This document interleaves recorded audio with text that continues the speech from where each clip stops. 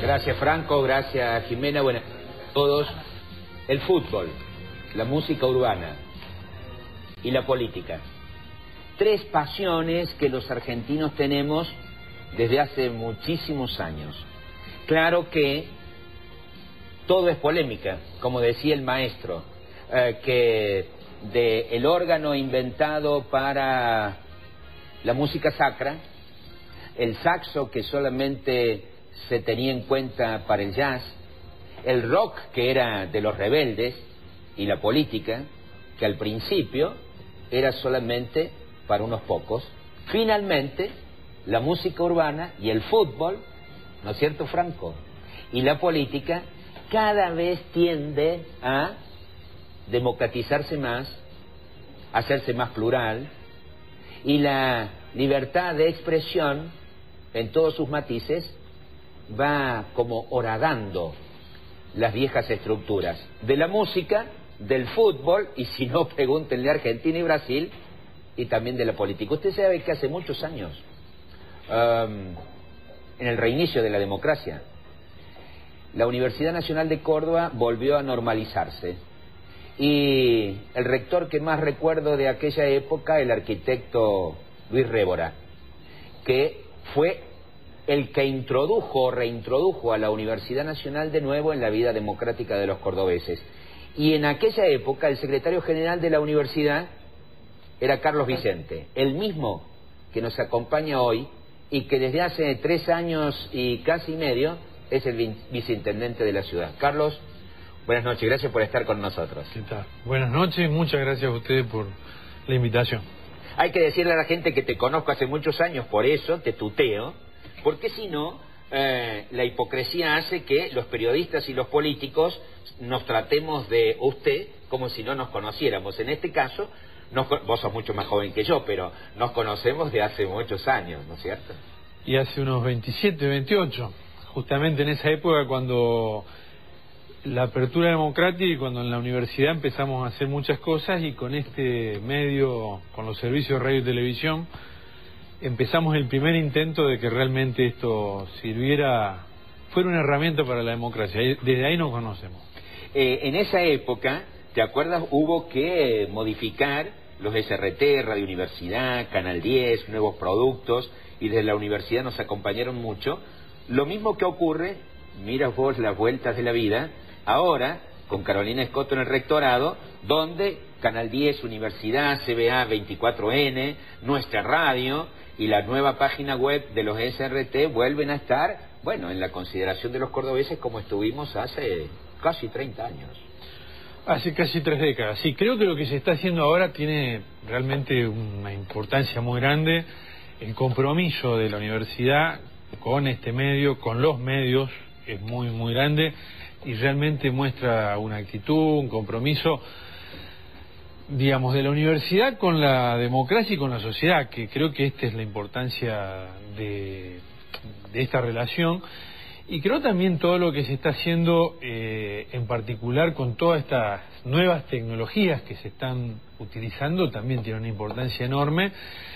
Y creo que aparte todo esto viene en un momento donde con la nueva ley de medios se abre una oportunidad para la democracia que ojalá lo hubiéramos tenido hace 25 años. Hace 25 años también discutíamos estas cosas, porque vale la pena, muchas veces la gente cree que estas cosas empezaron a discutirse ahora, sino hace un cuarto de siglo, y también hubo una intención similar. ¿Te acuerdas? En los años 80, justamente. Con Alfonsín.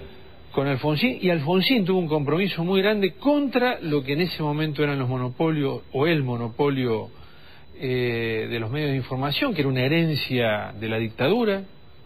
Y lamentablemente lo que intentó hacer Alfonsín como presidente de la nación, que también estaba acompañado por mucha gente del mundo, no solamente universitario, sino en general de la cultura, todos los que queríamos que la democracia realmente fuera lo más profunda posible. Y bueno, lamentablemente Alfonsín tuvo obstáculos de todo tipo, color y clase, que son quizás los mismos que se opusieron y se oponen en la actualidad, no solamente se opusieron a la ley, ahora se oponen a la aplicación de la ley, ¿no? ¿Te acuerdas que Alfonsín conformó el Consejo para la Consolidación de la Democracia y ese consejo fue el que hizo el primer borrador de modificar la ley de la dictadura de radiodifusión? Así es. El primer proyecto sale del Consejo que lo integraba Nino, lo integraba Portantiero, Esteves Boero, o sea, una serie de personas interesantes, ¿no? De un enorme prestigio político y social en la Argentina, académico. Por eso yo me suelo reír. Me da bronca también un poco.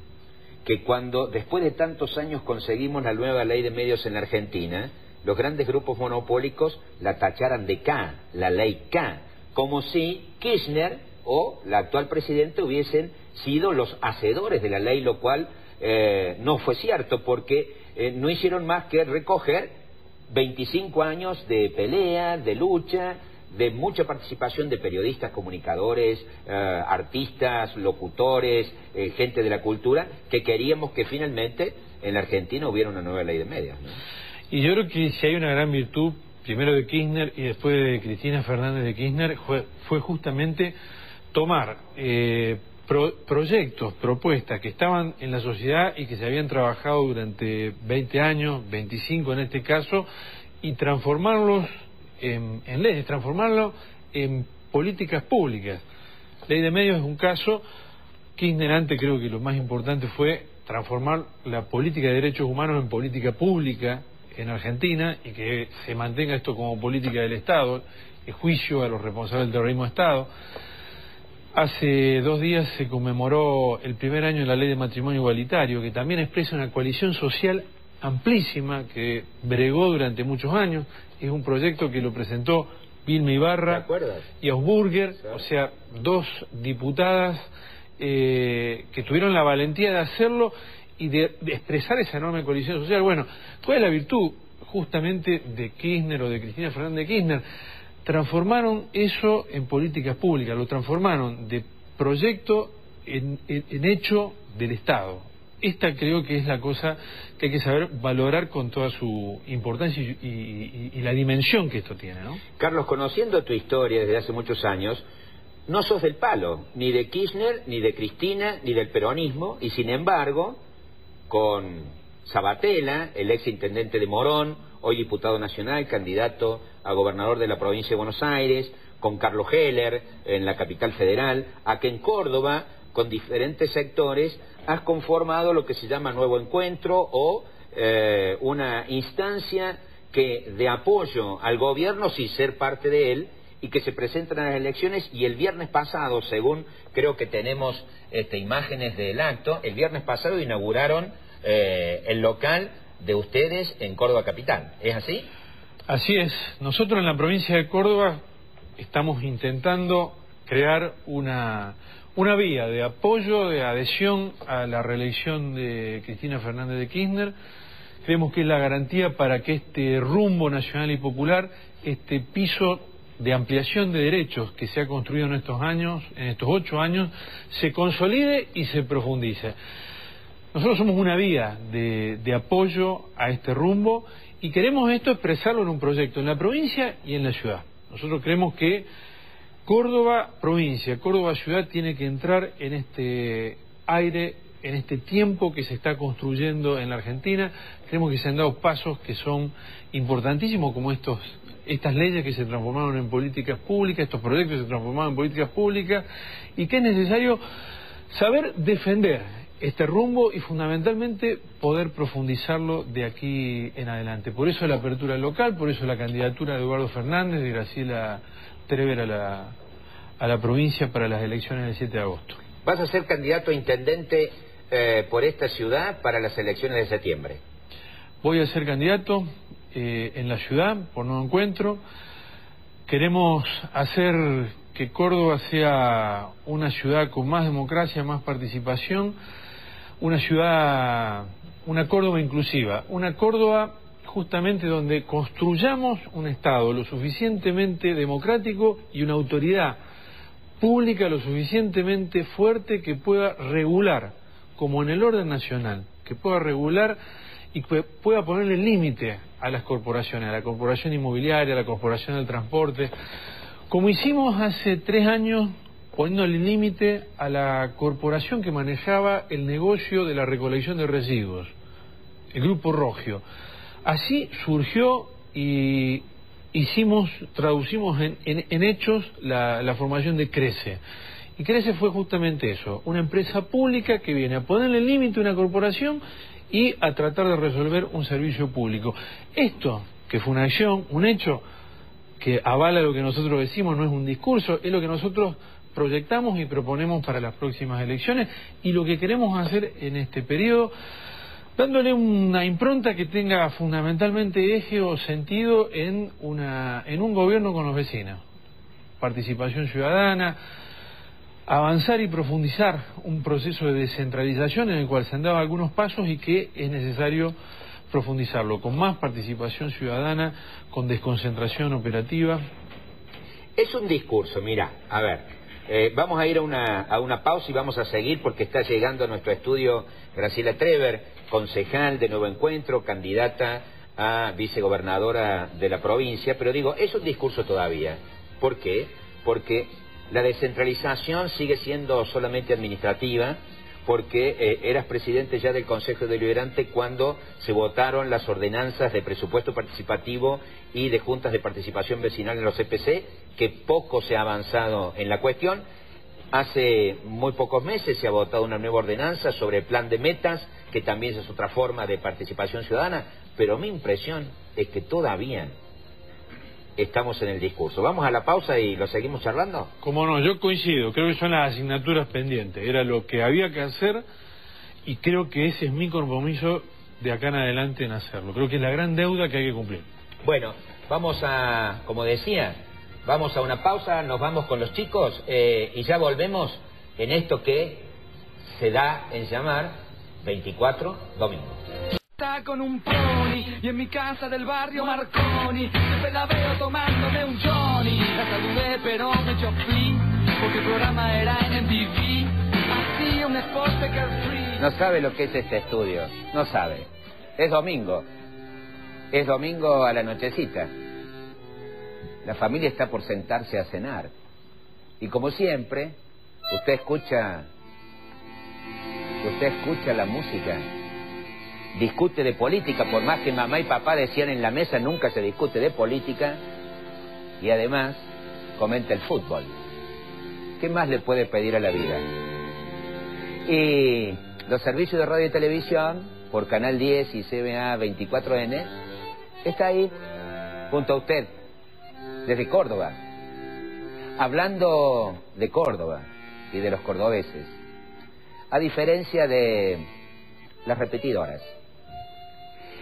Antes de ir a la pausa, estábamos con el doctor Carlos Vicente, viceintendente de nuestra capital, que nos decía por qué había decidido, sin ser del palo, bueno, apoyar la reelección de la actual primera mandataria, conformar un espacio político con otras fuerzas, inaugurar un local el viernes pasado, por aquello de que, como hace 25 años sigue peleando, según él, por la democracia y por la mayor participación ciudadana. Y entonces yo me atreví a decir que todavía la participación ciudadana es un poco un discurso, que es lo que vamos a hablar en esta otra parte del programa, porque ahora está con nosotros también Graciela Treber, candidata a vicegobernadora de Nuevo Encuentro y concejal de la ciudad. Graciela, gracias por estar con nosotros. Gracias a vos por la invitación.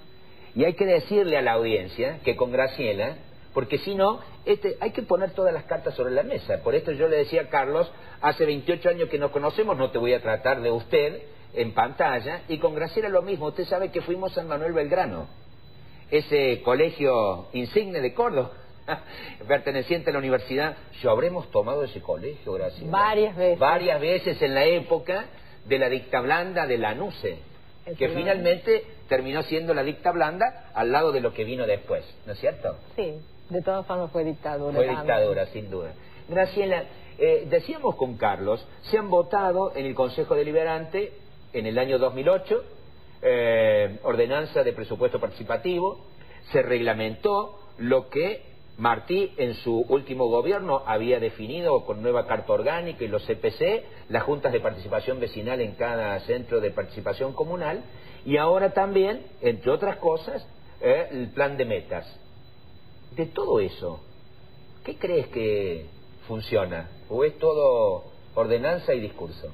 No, bueno, yo creo que las ordenanzas o el ámbito legal no es discurso. Es necesario el ámbito legal para que las instituciones se pongan en práctica, ¿no es cierto? Eso no quiere decir que las instituciones se pongan en práctica como deberían ser puestas en práctica. Hay una diferencia entre la legislación existente y la ejecución de esa legislación. Yo creo que era necesario este ámbito legal. Creo que había una deuda muy importante porque la Carta Orgánica de la Ciudad de Córdoba, quizás muchos cordobeses no lo saben, pero en su artículo 4 dice que el gobierno de la ciudad es representativo, republicano, democrático y participativo. O sea que todo este cúmulo de ordenanzas van a cumplir lo que dice la Carta Orgánica que debe ser el gobierno municipal. Y la misma Carta Orgánica fijaba, tal como vos lo estabas bien aclarando, algunas instituciones de participación ciudadana establecidas, que eran la creación de las juntas de participación vecinal, el establecimiento, se avanzó con el establecimiento de presupuesto participativo, que eran necesarios ponerlos en práctica, que estaban en un capítulo de la Carta Orgánica allí guardadita y que durante 10 años estuvieron esperando que algún consejo deliberante se animara a reglamentarlo. Graciela, ¿crees que no se reglamentaba? Tuvieron que pasar 10 años porque a los que llegan al poder no les gusta descentralizar, no les gusta distribuir el poder, porque en definitiva darle poder a los vecinos es delegar funciones, no concentrar todo en pocas manos. ¿Crees que es por eso? Y sí, Jorge, yo creo que a los partidos tradicionales y los nuevos que se van haciendo tradicionales les resulta, por lo menos, tienen reparos con la participación de los vecinos. Y yo lo veo y lo vivo en el Consejo Deliberante. Yo te podría decir que si hacemos una estadística, la mayor parte de las propuestas de ordenanzas de participación ciudadana capaz que llegan a mi firma. Y te puedo nombrar la banca del vecino. Efectivamente. Te puedo nombrar una ordenanza muy importante que es, podríamos decir que es coyuntural, pero que hubiera sido una solución para los incumplimientos que se han producido en el presupuesto participativo, que es que todo lo pendiente de un presupuesto participativo pase al año siguiente a formar parte del presupuesto general de gastos, porque si no, por más que se haya votado, queda en la nada. Te puedo nombrar el plan de metas, ¿no es cierto? Y bueno, el plan de metas fue posible que se votara, pero la banca del vecino y ese otro proyecto justamente de respeto de los presupuestos participativos votados en el presupuesto general de gasto siguiente, no puedo conseguir que los concejales realmente lo voten, ¿no es cierto? De modo que bueno, declamar la participación es fácil. Lo difícil es comprometerse, votarla y también ejecutarla. Carlos, estaba leyendo el sábado que habías anticipado el propio viernes, creo que en la inauguración del local, que en el caso de que fueras electo intendente en el futuro comicio de septiembre, ibas a gobernar solamente 8 días en el Palacio Municipal y 22 días en los CPC. Mirá la paradoja. La descentralización surgió en Córdoba y luego fue incorporado en la ciudad de Buenos Aires. Y un hombre como Macri fue el que finalmente la pone en ejecución, porque se votó el domingo pasado los comuneros, que no son otra cosa que, en lugar de los directores de los CPC designados por el Ejecutivo Municipal, allá ya desde ahora han sido votados por los vecinos. ¿Cómo piensas esa descentralización y ese gobierno desde la periferia de la ciudad? Si algo he aprendido en estos años desde el lugar institucional que he estado es que no se puede gobernar la ciudad de Córdoba como se hacía hace 20 años o 25 años.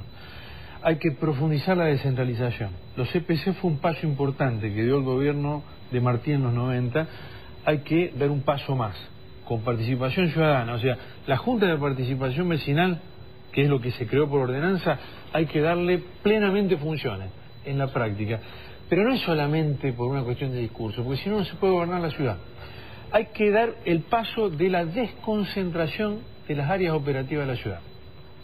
Higiene urbana, bacheo, alumbrado público, tienen que tener en un plazo progresivo de 1 año, 2 años, 3 años, por lo menos 4 áreas, de manera tal de que los reclamos, la demanda de los vecinos, sea posible resolverla con rapidez, en forma inmediata, y hay una proximidad entre quienes gobiernan, entre quienes son las autoridades y los vecinos, y entre los vecinos con las autoridades, para poder reclamar. Digo, este es el paso que nosotros tenemos que dar, y esto es decir, que la descentralización la podamos dar este paso hacia adelante. Esta idea, que la conversamos mucho con muchos amigos en estos años, o sea, ellos conmigo. Exactamente, sí, exactamente, y era parte de una de las experiencias que más rescatamos de Sabatel en Morón. Decir, bueno, instalar al intendente, a los funcionarios del gabinete, a los que dirigen las áreas operativas en los CPC, 1 o 2 veces por mes, de manera tal de que la Junta de Participación Vecinal que actúa, que se elige, que son los centros vecinales de cada área del CPC, esté en relación directa. Esa proximidad es lo que puede permitir gobernar esta ciudad. No se puede seguir haciendo desde el Palacio 6 de Julio, por más buenas intenciones, por más ganas que se tenga, por más gente inteligente que pueda rodear o no a una persona que esté a la cabeza. Hace falta ir a otra cosa, porque esta es una ciudad de 1,5 millones de habitantes, heterogénea, con problemas que son muy diferentes. No es lo mismo lo que pasa en el centro, en la seccional primera o segunda, a lo que pasa, hoy estuve a la mañana por algunas cosas, en Villa Libertador. Y para saber y poder trabajar los problemas de los vecinos y de la ciudad en Villa Libertador, hay que estar en el CPC, tiene que estar el director de obras viales, tiene que estar el director de alumbrado público, de higiene urbana, discutir con los vecinos, que los vecinos puedan hacer el reclamo. Este es el paso para mí principal que se tiene que dar a ese programa de presupuesto participativo, transformarlo realmente en una cosa obligatoria. Y esa proximidad, que es lo que hemos aprendido en la práctica, por eso digo, no es discurso, esto es lo pendiente, esto es lo que hay que hacer. Quien diga que va a resolver los problemas de la ciudad porque genere una cosa autoritaria como patrón de estancia en el Palacio 6 de Julio, le está mintiendo a los cordobeses. Así se podía administrar esta ciudad hace 25 años. Yo tampoco creo que era la forma hace 25 años. Pero es una forma de hace 25 años. Hoy, en esta ciudad, con esta heterogeneidad de problemas, hay que hacerlo de otra manera, y esto exige más participación, más democracia, y que quienes tenemos funciones, porque nos eligió la gente para eso, deleguemos parte de esas funciones, cedamos algunas de esas facultades y que los tome la ciudadanía. Graciela, hija de uno de los de los máximos dirigentes que tuvo esta casa, ¿eh? Sos hija del contador Trever, a quien respetamos y admiramos desde hace años. Esto que están diciendo ustedes, en otro ámbito, en la economía, siempre tu padre, Salvador, quiso decir, miren, no hay una razón única, no hay un discurso único, la economía liberal no es la que nos puede sacar adelante, y siempre planteó un discurso alternativo. Sí, exactamente, otra mirada por lo menos. Otra mirada. ¿Cierto? Otra mirada. Y tratar de humanizar el tema, ¿no es cierto? Porque la economía no es algo abstracto. Detrás de la economía hay personas, ¿no? Y así como se dice, bueno, llevar a cabo tal política de ajuste, bueno, tras ese ajuste hay miles de familias que sufren ese ajuste. Creo que Salvador fue el primero en que advirtió a los cordobeses hacia dónde iba la caja de jubilaciones. Cómo iba a estallar esa deuda que se hacía inmensa. ¿Qué está haciendo tu padre ahora? Bueno, sigue con sus actividades, escribe, ¿no es cierto? Muchos cordobeses lo pueden leer en La Voz del Interior, en el Comercio y Justicia, investiga, ¿no es cierto? Y sigue trabajando todavía a su edad muy bien. Y bueno, el jueves, ¿puedo hacer una invitación pase a los cordobeses? El jueves que viene, a las 18 horas, va a haber una conferencia referida justamente a la economía de Córdoba, el análisis, realidades y perspectivas que va a dar el contador Trever, mi padre, justamente para el nuevo encuentro, en el Hotel de la Cañada. Dale saludo de parte nuestra. Bueno, Carlos, muchas gracias. Graciela, muchas gracias por haber compartido este domingo con nosotros. Te agradezco muchísimo esta oportunidad y la verdad que lo hago todas las veces, pero lo felicito por todo esto que se está haciendo en la SRT, que en alguna medida ha sido el sueño, y lo dije el día de la inauguración. Ojalá Révora hubiera vivido unos meses más y... Para que hubiera visto esto, ¿no? Este era el sueño del maestro. Gracias, Graciela. Muchas gracias. Gracias a ustedes. Muchas gracias. Seguimos con Ximena, seguimos con el tango, seguimos con 24 Domingos.